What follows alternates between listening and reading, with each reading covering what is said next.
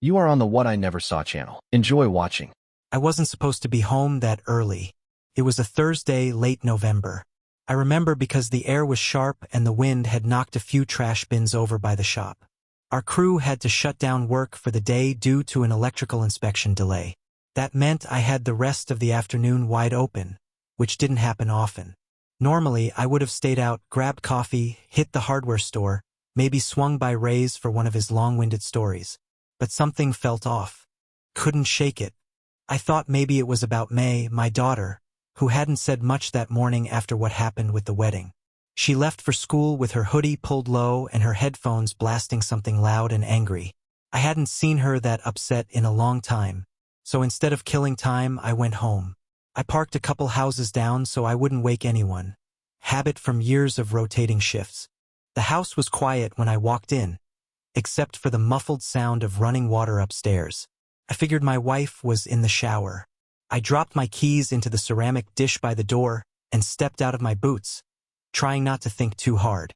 That's when I heard it. Her voice, light and laughing, echoed down the hall. It bounced from the bathroom like it used to when she'd call to me from the steam. Only this time, she wasn't talking to me. A man's voice followed, low and smooth. Not loud enough for words, just a tone. That tone. It wasn't a coworker. It wasn't her brother or someone from her clinic.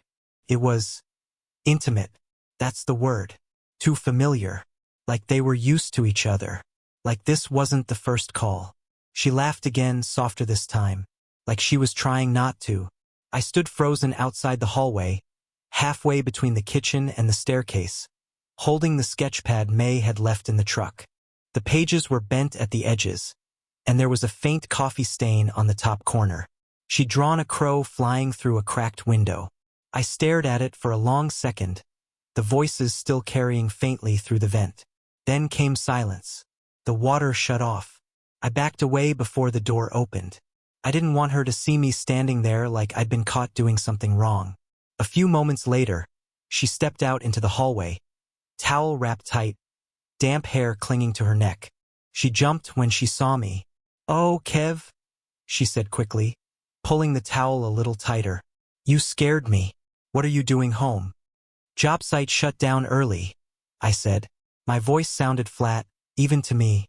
"Electrical crew didn't show." She smiled, too fast, too polite. "You should have texted." "Didn't think I needed to." She glanced over her shoulder toward the bathroom like something might still be playing through the speaker. "I was just catching up with my cousin. We were talking about the wedding and all the last-minute stuff. It's kind of a circus." Her voice held that overly casual edge, like when someone's trying too hard to sound normal. I didn't press her, just nodded and kept walking.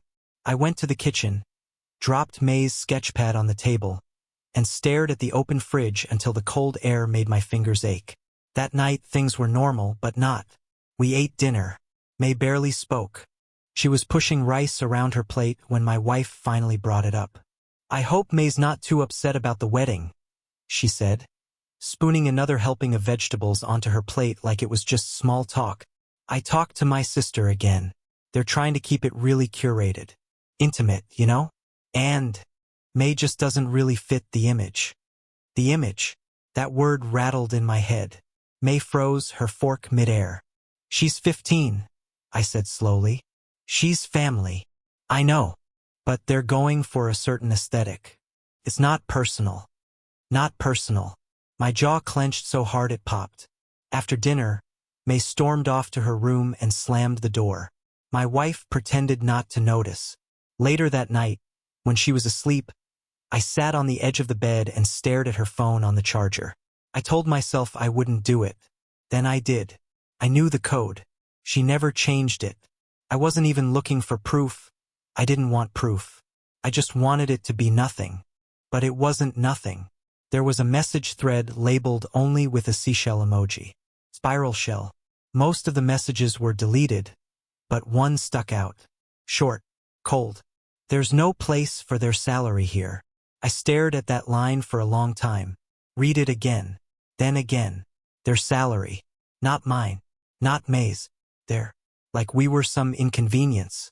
Like we didn't match the drapes. I put the phone back down. walked to the bathroom, splashed cold water on my face. I couldn't look at myself in the mirror. The thing is, the call didn't hurt as much as that message did. That one line had weight. It said more than any affair ever could. It wasn't about sex. It wasn't about love. It was about value, about how little she thought of us. And that did something to me.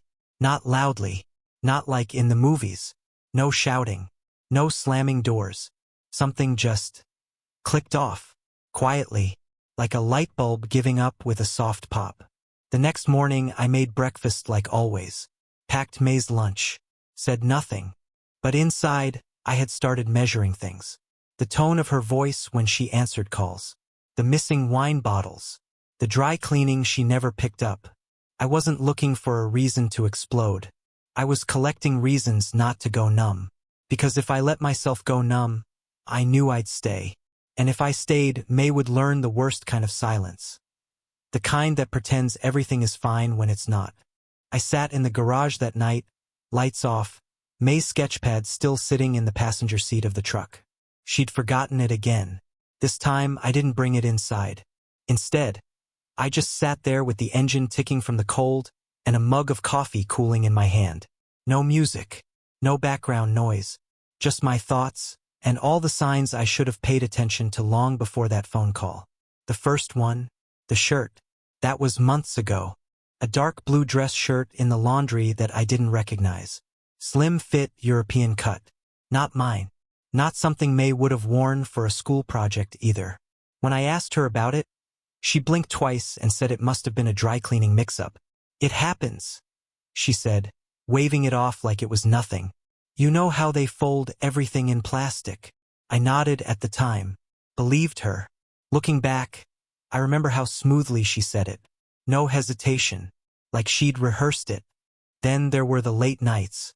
At first, I chalked them up to the new leadership role she'd taken at the clinic.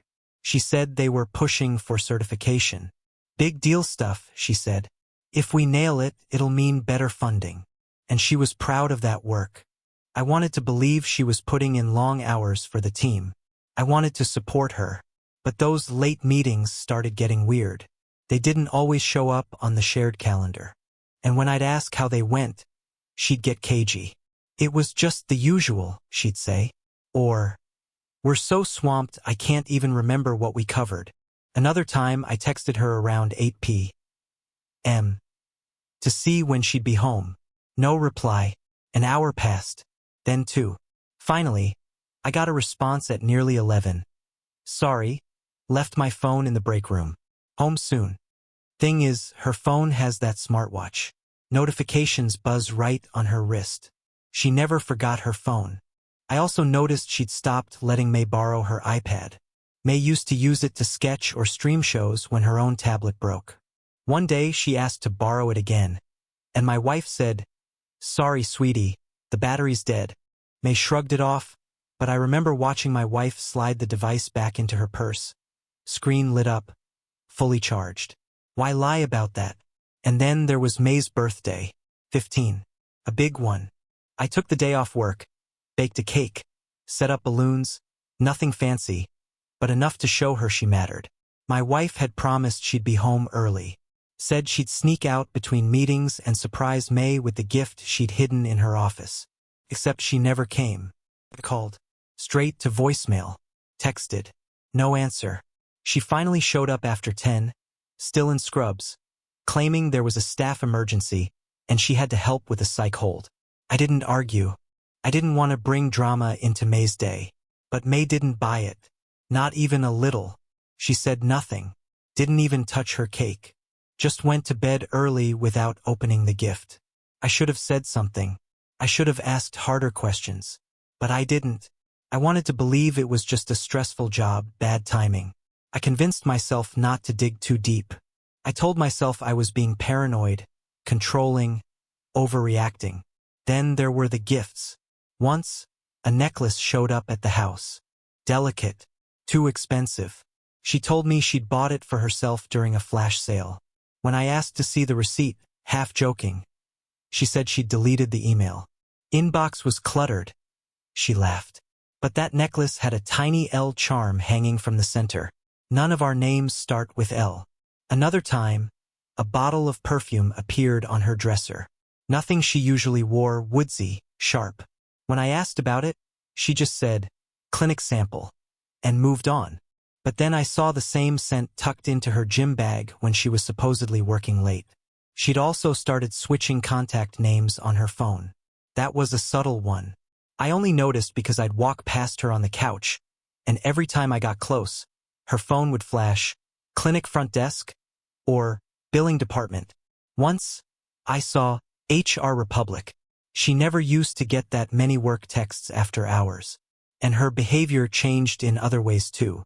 She started criticizing the little things, how I folded laundry, how I poured coffee, even how I laughed too loud when watching TV. She acted like being around me was something she had to endure, like I was embarrassing. She stopped kissing me goodbye. She used to touch my shoulder when walking past me, used to ask how my day went. I didn't notice when that stopped. Or maybe I did, and I just didn't want to believe it. I also remember her suddenly pushing me to update my wardrobe.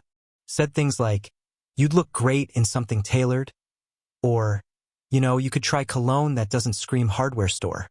At first, I thought she was trying to help. Then I realized it was more like she was embarrassed to be seen with me. Even the way she talked to May changed. They used to be close, reading the same books, joking about teachers, dancing in the kitchen on weekends. But lately, she was distant, critical, saying things like, "You should try brushing your hair before we go out," or, "Why don't you try wearing something more feminine for once?" Like May didn't meet her standard anymore. That's what hurt most. Because whatever was going on between me and my wife, that was ours to deal with. But May, she was just a kid, a good kid, and she deserved better. And then there was that message. "There's no place for their salary here." I kept repeating it to myself like it was some kind of riddle, over and over. "Not your salary. There." Like we were some package deal she was trying to return. And suddenly it all lined up. The gifts, the shirt, the lies, the silence, the birthday, the late nights, the missed calls, the bathroom laughter, the voice that didn't belong. All those puzzle pieces I'd swept under the rug now clicked together like they'd been part of the same picture all along. And that picture? It wasn't of a marriage. It was of a woman slowly disconnecting herself from the life she'd built with us, and attaching herself to something shinier, something with better optics, a different aesthetic.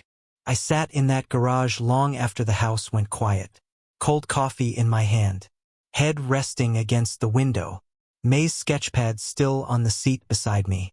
She had drawn a crow flying through a cracked window.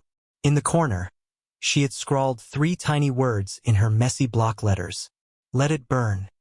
That night I started planning, not for revenge, but for clarity, for truth, because I needed to know what was real, and what wasn't. I didn't sleep much after that night in the garage. I lay in bed staring at the ceiling, listening to the faint hum of the heat vents and the occasional creak of the house settling. She slept beside me, undisturbed, breathing softly, like nothing in her world was out of place. In the morning, I got up before the alarm, made eggs for May, packed her lunch like I always did. She didn't ask about her sketchpad. I didn't offer it. We were both quiet, like we knew that if one of us said the wrong thing, something would crack open between us. By the time my wife came downstairs, May was already at school and I was pulling on my work boots. "Don't forget the town hall meetings tonight," she said as she poured herself coffee, not looking at me. "I won't." I lied. I wasn't going to be there. That day at work, I kept going through the motions, laying out panels, checking insulation, measuring for ductwork, but my head was somewhere else entirely. That voice I'd heard still echoed in my mind. And that message carved itself into the side of my brain. "There's no place for their salary here." I didn't even tell Ray. He's the guy I usually vent to, but something about this was different. I wasn't ready to hear what he'd say. I wasn't ready to hear someone else confirm what I already knew. At lunch, I sat in the truck and installed a phone tracker. It wasn't hard. We used to share location data all the time for safety reasons. She just never bothered to turn it off. I downloaded an app and synced it. That was it. I watched the blue dot that was her phone sit idle at the clinic for most of the day. Right where she said she'd be. I almost convinced myself I was wrong. Maybe she was working late. Maybe the call really had been her cousin. Maybe I'd let suspicion get the best of me. But around 6:12 p.m. the dot moved. Not toward downtown. Not toward home. Not even toward the grocery store. She was driving west. Out of town. Not fast, not aimlessly. Direct. Smooth. Like she'd done it before. I told the guys I wasn't feeling well and left early. Drove home, changed my shirt, and grabbed the spare key fob I knew she didn't think I still had. I tracked the dot to a quiet neighborhood in the next city over. The kind of place where people still leave their porch lights on and have matching stone mailboxes. Cookie-cutter homes in earth tones with security cameras you don't see until it's too late. I parked 3 houses down, engine off. It was 7:01 p.m. Her car was there, tucked into the driveway of a 2-story colonial with white shutters and one of those fake copper weather vanes on top. I waited for a few minutes, just watching. No movement. Then a light clicked on in the upstairs room. Then another in the living room. I got out, walked half a block, and stopped across the street. The curtains were open. Bold move. Or maybe careless. Or maybe they were so used to this being their place that they stopped hiding. I could see through the wide front window.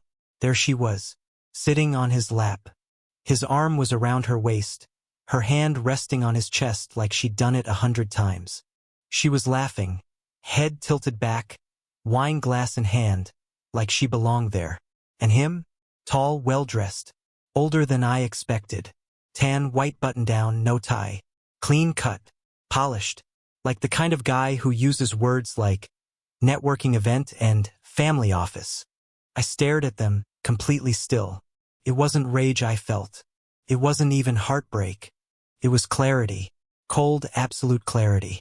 All those months of questioning myself, of wondering if I was being too sensitive, too paranoid, too old-fashioned, they all evaporated. Because now I knew. I watched for exactly 1 minute and 22 seconds. I counted in my head, not because I wanted to, but because my brain needed something to hold on to. Then I took out my phone and snapped a photo. One clean, sharp image through the window. Her profile angled just enough to be unmistakable. His face clear, smiling. I didn't wait for more. Didn't care to see what happened next. I walked back to my truck, unlocked the door, and sat inside with the photo glowing on my screen. I looked at it for a long time. Then I sent it to my own email, opened my laptop, and began setting things in motion. Not with lawyers. Not yet. First, I opened a new document and started listing everything I needed to do. Item 1. Change all passwords. Item 2. Pull bank statements. Item 3. Call Pete, my buddy in Tennessee, who'd offered me a subcontracting job months ago. I turned him down at the time. Suddenly, it didn't feel so impossible. Item 4. Find a place where May and I could land clean. No noise. No judgment. Just a reset. Item 5. Don't tell her anything yet. That night, I crawled into bed next to her like nothing had happened. She was already asleep. Or pretending to be. Either way, I stared at the ceiling for hours, heart steady, mind quiet. There was no panic. No pacing. Just a slow, even acceptance. She had chosen her path. And now I choose mine. The next day, she acted like everything was fine. Made coffee. Asked if I wanted eggs. Wore the same perfume she used to reserve for anniversaries. I watched her with the kind of distance you get when you know a person is no longer yours. Not just emotionally, but spiritually. Her eyes didn't meet mine when she talked. She looked past me. Through me. That afternoon, while she showered, I checked the tracker again. She'd disabled it. Of course she did. She must have seen the setting toggled on and got suspicious. I didn't care. I didn't need it anymore. I had what I came for. That night, I emailed the photo to a fresh Gmail account I created just for documentation. I started backing up everything. Receipts, texts, the message that read, "There's no place for their salary here." I took screenshots, saved backups in 2 places, printed hard copies, and stored them in the garage behind my old tool chest. I even backed them up to a flash drive and taped it behind the breaker panel. Call it paranoia, or call it insurance. Because people like her, people who trade you in for something newer, glossier, they don't always play clean when the truth comes out. She had power in appearance. That's how she worked. She could smile in a room full of relatives and still hold a secret behind her teeth. But me, I didn't have the same stage. I didn't have the same friends in high places. I worked with my hands. My name wasn't printed on the wedding invite. It was crossed off. She didn't know yet, but I was no longer asking questions. I was collecting answers. The day I filed the papers, it rained. Not the kind of cinematic downpour you see in movies. Just a quiet, gray drizzle that soaked the sidewalks and left streaks on my truck windows. I took it as a sign. Not dramatic, not violent, just a quiet erasure of the way things had been. The courthouse wasn't crowded. I sat across from a woman who looked equally hollow, clutching a file that said, "Dissolution of marriage" in bold type. We didn't speak. Didn't need to. There was a mutual understanding in that silence. The moment you stop fighting for something you didn't break. When I handed over the paperwork, the clerk gave me a polite smile, like she'd seen hundreds of versions of me walk in and out of that room. When I got home, the house was empty. May was at school.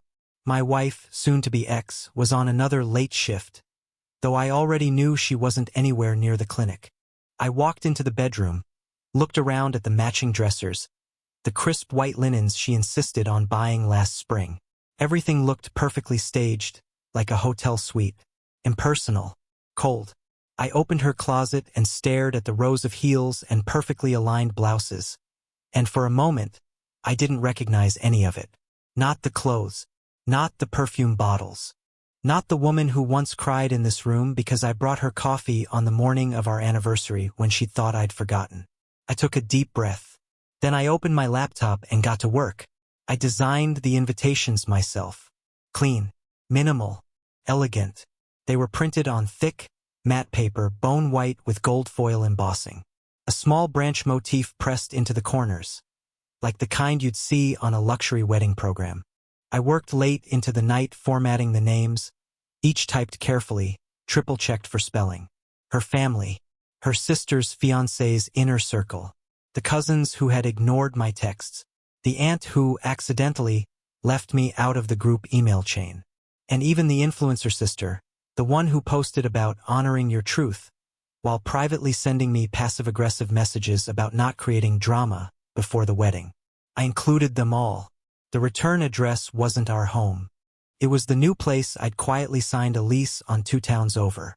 A modest house with a decent yard, older plumbing, and just enough room for May and me to start over. The move had been coordinated like a military operation. I waited until she had an overnight shift, or at least claimed she did, and hired a moving crew to pack up the essentials in one day. I didn't take much, just what was mine and what was May's. I left the rest like a snake shedding its skin. I left a note on the counter, taped to the ceramic key bowl. "You'll find the house quieter now. That's not a threat. It's peace." May didn't ask many questions when I told her we were leaving. Just looked at me with those eyes of hers, sharp and calm, and said, "Okay." It was the first time she'd sounded like an adult. It broke my heart a little, knowing this is how kids grow up. All at once and without warning. We didn't talk about the wedding.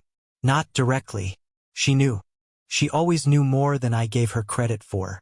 A week later, the invitations went out. Each envelope was hand-addressed. Inside, the message was brief. "You are cordially invited to an evening of reflection, hosted in the spirit of gratitude, truth, and legacy. December 24th. Address redacted. No dress code. Only integrity required." I knew most of them wouldn't come. They'd read it once, maybe twice, and toss it in the trash. Some would scoff. Others would forward it to her in a panic. A few would call me petty. But 1 or 2, they'd know exactly what the invitation meant. And that was the point. This wasn't revenge. It was clarity delivered with calligraphy. The event itself? I didn't even call it that. I just called it Christmas Eve. No formal party. No menu. No lights strung across the porch. Just a warm house, soft music, a fire in the hearth, and one open door. I made sure to hire security. 2 men in black coats standing at the gate with clipboards and instructions not to admit anyone without the invitation card. The point wasn't to throw a spectacle. The point was to remind them that just because someone doesn't wear designer shoes or drink vintage champagne doesn't mean they lack value. May helped me light the candles that night. She wore a simple black sweater and her favorite boots with the worn soles. No makeup, no effort to impress anyone. She looked more herself than I'd seen in months. "You nervous?" she asked as we put out the snack trays. "No," I said, and I meant it, because for the first time in a long while, I wasn't waiting for anyone's approval. I wasn't worried about the optics. I wasn't afraid of seeming like the bitter ex. This wasn't about spite. It was about presence. At exactly 6:47 p.m., the first car arrived. A black SUV with tinted windows. The driver rolled down the window at the gate, card in hand. Security nodded and handed him a second card. It read, "Reserved for those who value sincerity over status." The SUV rolled forward, then stopped. They didn't get out. Instead, the passenger peered through the window, scanned the house, and seemed to hesitate. Another car arrived behind them, then another. One of them I recognized from social media. A minor influencer. One of her sister's friends who always posted photos captioned, "Surround yourself with beauty." She stepped out in a pale pink dress, high heels clicking on the driveway. Her assistant trailed behind her with a phone, already live streaming. I watched from the window as she tried to talk her way past the security guard, flashing her phone like it was some kind of ticket. "Are you really turning away guests on Christmas Eve?" she asked, smiling like it was a joke. The guard handed her a second card. She read it. Her face shifted. That's when the live viewers started noticing. The chat filled with question marks. Then laughter. "This party's for real ones only," someone typed. "LMAO the audacity," another posted. The camera turned toward the line of luxury cars behind her. Frustrated guests stepping out in fur coats. Confused expressions. Hushed whispers. One by one they were turned away. Politely, quietly, but unmistakably. Inside, May and I sat on the couch sipping cider while the fireplace crackled. "I think we made the right call," she said, peeking through the window blinds. "I think we did too." By 8:30 p.m., most of them had left. The influencer had gone silent. A clip of her being turned away had already hit a viral Twitter thread titled, "Integrity Required. The Christmas Party That Wasn't for Sale." By morning, it had over 2 million views. And somewhere in the noise, between the confusion, the gossip, the speculation, my message was buried, but not lost, because the people who mattered, they heard it loud and clear. We weren't beneath them. We were simply done waiting for permission to exist. Christmas morning, the doorbell never rang. Not once. No one came by to drop off leftovers or exchange polite apologies wrapped in tissue paper. Not a single text from her family. Not even a passive-aggressive, "Hope you're doing okay." And I can't lie, part of me expected one. Just one olive branch. A card. A note. Some half-hearted attempt to patch things up for appearances. But they didn't. They went silent. What they didn't realize was that silence was all the confirmation I needed. That morning, May and I sat at our new kitchen table, second-hand but sturdy, and unwrapped a few small gifts. Nothing fancy. Pair of sketch pencils for her. A handmade wood carving knife from her to me. No glitter. No excess. Just intention. Later, while she watched an old Christmas movie under a mountain of blankets, I scrolled through my phone. Out of habit, I checked social media. Not for the drama, just for a sense of what the world was doing while ours was finally quiet. And that's when I saw it. The live stream. It wasn't titled anything special, just a name and a timestamp. But it had racked up over 300,000 views in less than a day. The thumbnail alone was surreal. A row of confused-looking guests standing outside our new house under the soft glow of porch lights, clutching invitation cards and looking uncomfortable. I clicked it, and there it was. Everything we'd set in motion, preserved in shaky vertical footage. The gate, the guards, the slow line of luxury cars. But it was the audio that did it. You could hear them, their voices. The influencer, let's just call her Caitlin, was the loudest. Her voice, as usual, carried. High-pitched, polished, and entirely oblivious to how fake it sounded outside a microphone. I mean, seriously? We came all the way out here for this? No lights, no music? It's literally just a house. Then the security guard, calm as ever, handed her a second card. The one that read, "Reserved for those who value sincerity over status." She read it aloud, laughing, as if the whole thing was a performance. What does that even mean? Who writes this stuff? Someone off camera muttered, "I think this is the party." Another voice cut in, one I recognized. Her sister's fiancé, if I'm not mistaken. He stepped forward, brows furrowed, and asked, "Is Kevin here? This must be a misunderstanding. We got the invite." "I'm sure you did, sir," the guard replied. "This space is private. Only confirmed guests beyond this point." "Confirmed by who?" he snapped. "We're family. No dress code," the guard quoted, glancing at the list in his hand. "Only integrity required." That line hit harder the second time. The camera caught Caitlin looking around, visibly realizing this wasn't a glitch. This wasn't some gimmick. This wasn't a delayed reveal. She had been invited and still didn't make the list. Then came the shift. You could almost feel it through the screen, that collective moment when the guests, one by one, realized they weren't just being excluded. They were being called out. Not by name, not with cruelty, but with truth. The live stream ended shortly after someone asked if this was some kind of moral protest. The assistant filming tried to explain it away as artsy or maybe performance therapy. But it didn't matter. The internet had already formed its own opinions. By noon, screenshots from the stream were everywhere. One image made it onto a popular meme account. Caitlin standing at the gate with her perfectly curled hair and a look of complete confusion on her face. The caption read, "When the invite says integrity required, and you realize it wasn't a joke." It had 500,000 likes by sunset. Another account clipped the security guard's line, "Only confirmed guests beyond this point," and dubbed it over stock footage of luxury cars being turned away from various upscale parties. The audio was trending within hours. People were using it on videos of them quitting jobs, leaving toxic relationships, turning off brand sponsorships. It became a symbol for walking away from things that looked good on the outside but felt hollow underneath. I watched it all unfold from the living room, sipping the last of the cider and wondering how something so small, so personal, had become something people latched onto. I hadn't meant to go viral. Honestly, I just wanted a moment of peace, a way to draw a line in the sand without throwing a punch. But sometimes, I guess, the truth speaks louder than outrage. By evening, emails started rolling in. Some from strangers, people I'd never met, thanking me for doing what they couldn't. Others from local press asking for quotes, interviews, clarifications. And one, from someone I hadn't expected. Her mother. Cold, precise message. "Kevin, I don't know what you're trying to prove, but humiliating our family on Christmas Eve was low. I hope you got the attention you wanted. Your actions have consequences. Don't drag May into your bitterness." I stared at it for a long time, didn't reply.